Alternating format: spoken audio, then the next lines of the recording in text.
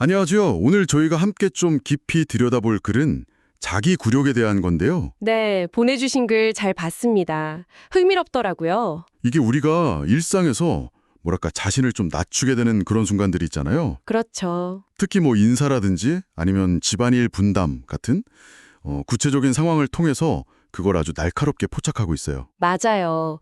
이 글쓴이가 말하는 그 자기 굴욕이라는 게 정확히 어떤 의미인지 또 거기에 대해서 어떻게 대처해야 한다고 보는지 그걸 좀 명확하게 짚어보는 게 오늘 저희 목표가 될 것 같습니다. 네, 좋습니다. 바로 한번 시작해 볼까요? 네, 이 글은 그 사회적인 관계, 또 개인의 행동, 이런 것들이 어떻게 보면 자기 굴욕으로 이어질 수 있는지 좀 독특한 시각을 보여주는 것 같아요. 특히 이렇게 반복적으로 무시당하거나 아니면 좀 관계가 불균형할 때 그 속에서 내 가치를 어떻게 지킬까 이런 고민이 좀 담겨 있는 거죠. 맞아요. 그리고 또 재미있는 건 글쓴이가 제시하는 해결책인데요. 뭐 특정 상황은 아예 피하라거나 아니면 관계의 역학 자체를 좀 바꾸려고 시도하라는 그런 제안들이 나오죠. 네, 첫 부분부터 사실 좀 세게 나오죠. 직장 상사 예시. 아, 네네. 인사를 했는데 상사가 계속 무시하거나 아니면 마지못해 받아요. 이런 게 반복되면 글쎄요, 인사하는 사람만 좀 굴욕감을 느끼게 되니까 그렇죠. 민망하기도 하고. 그러니까 그런 사람한테는 뭐 더 이상 진심을 보일 필요 없다. 심지어 피하는 게 낫다. 이렇게까지 말하더라고요. 꽤 단호하죠. 네, 그렇죠.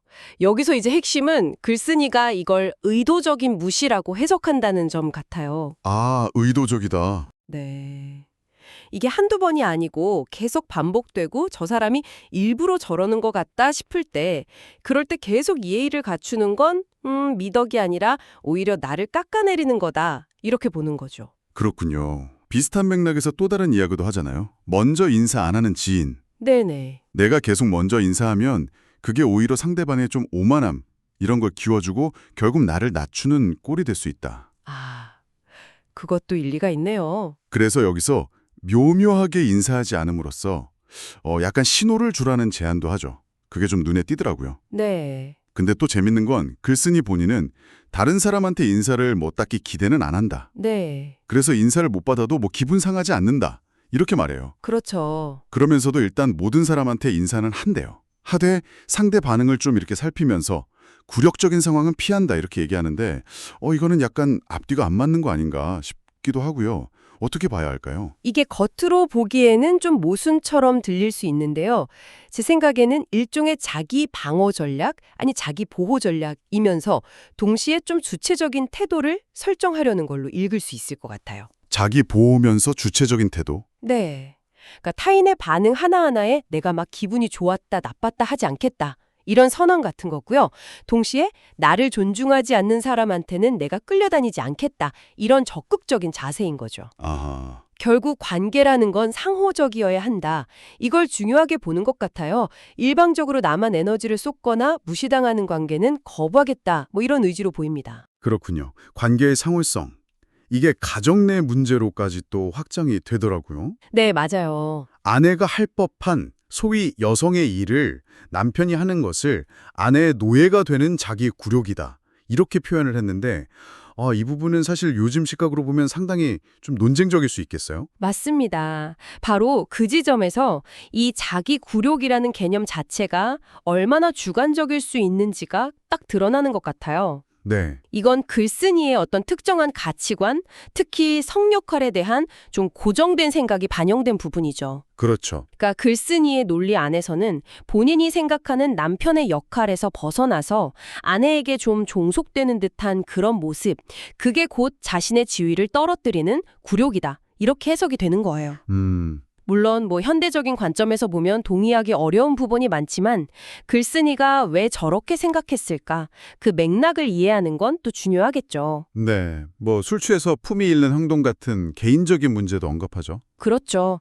그런 것도 뭐 신 앞에서 혹은 뭐 동물적인 수준으로 자기를 떨어뜨리는 굴욕이다. 이렇게 규정을 하고 있고요. 결국 글쓴이가 내놓는 해결책은 이런 여러 가지 굴욕적인 상황들에 맞서서 내가 누구인지 깨닫고 네. 외부 상황이나 내 안의 약점 같은 것에 휘둘리지 않고 온전히 나의 의지로 행동하는 것, 이게 중요하다고 강조하는 거군요. 네, 맞습니다.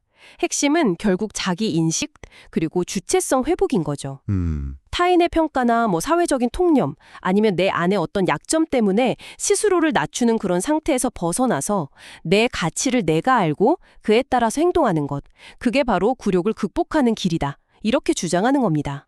네. 오늘 살펴본 글은 자기굴욕이라는 어떻게 보면 좀 불편할 수도 있는 주제를 다뤘는데요. 직장, 인간관계, 가정 같은 아주 구체적인 맥락 속에서 풀어냈습니다. 네. 핵심은 결국 관계 속에서 내 가치를 지키고 또 너무 일방적이거나 나를 깎아내리는 듯한 상황에는 좀 의식적으로 대응할 필요가 있다. 이런 글쓴이의 목소리였던 것 같네요. 들으시면서 어떤 부분이 가장 인상 깊으셨어요? 우리가 일상에서 겪는 그 관계 속의 미묘한 신경전 있잖아요. 네네. 그리고 거기서 오는 감정 소모 같은 것들을 아주 정면으로 다루고 있다는 점이 일단 흥미로웠습니다. 물론 아까 얘기했던 여성의 일 같은 표현은 시대적으로 좀 맞지 않는 면이 분명히 있긴 하지만요. 그렇죠. 그럼에도 불구하고 관계의 균형, 그리고 자기 존중, 이런 좀 보편적인 질문을 던지고 있다는 생각은 들어요. 네. 여기서 이제 한 걸음 더 나아가서 이런 질문을 던져볼 수 있을 것 같아요. 과연 글쓴이가 정의하는 이 자기 굴욕의 기준이라는 게 누구에게나 다 적용될 수 있는 보편적인 걸까요? 아니면 결국 각자의 가치관이나 처한 상황에 따라서 다르게 정의될 수밖에 없는 아주 개인적인 문제일까요? 이 질문을 한번 스스로에게 던져보시면 어떨까 싶네요. 이걸로 오늘 이야기 마무리하겠습니다.